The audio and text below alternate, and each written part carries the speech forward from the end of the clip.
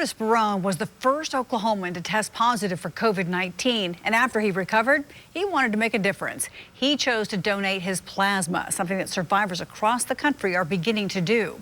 2 Works View's Christy Maria shows us how that gesture has brought hope and potentially healing for another local patient. It was pretty surreal because I'm like, what?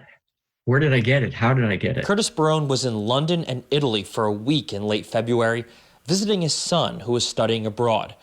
He had been home for a week when he began feeling sick. We didn't think I had it because I only showed one of the 3 symptoms they were talking about at the time, and it was a fever. Just days later, Barone got word he was the first Oklahoman to test positive for COVID-19. It hit us that I was first in the state when they called that Friday afternoon to say, hey, you've tested positive for this. We're working on a press conference with the governor. Barone's symptoms peaked, then began to go away. 2 days later, they were gone. And after testing negative twice, Barone stayed in quarantine, wondering how he could help after finally recovering. That's when he found out about donating plasma with Ascension St. John.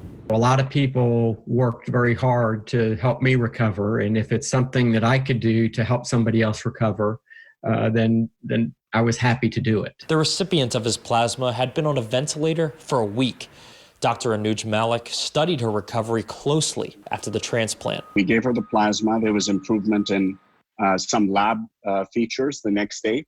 And then the following day, things had improved to the point where she was able to come off the ventilator. Dr. Malik says she's now stable and making a steady recovery. Around 80 COVID-19 patients in the U.S. have received a plasma transplant so far.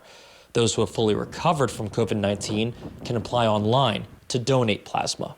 To beat COVID, it's going to take a village, and we all have a role to play. For those who have stayed healthy so far, Dr. Malik says everyone should keep a high vigilance for symptoms, wear a mask in public, and keep yourself isolated even inside your own home if you begin to feel sick. In Tulsa, Chris DeMaria, 2 Works for You.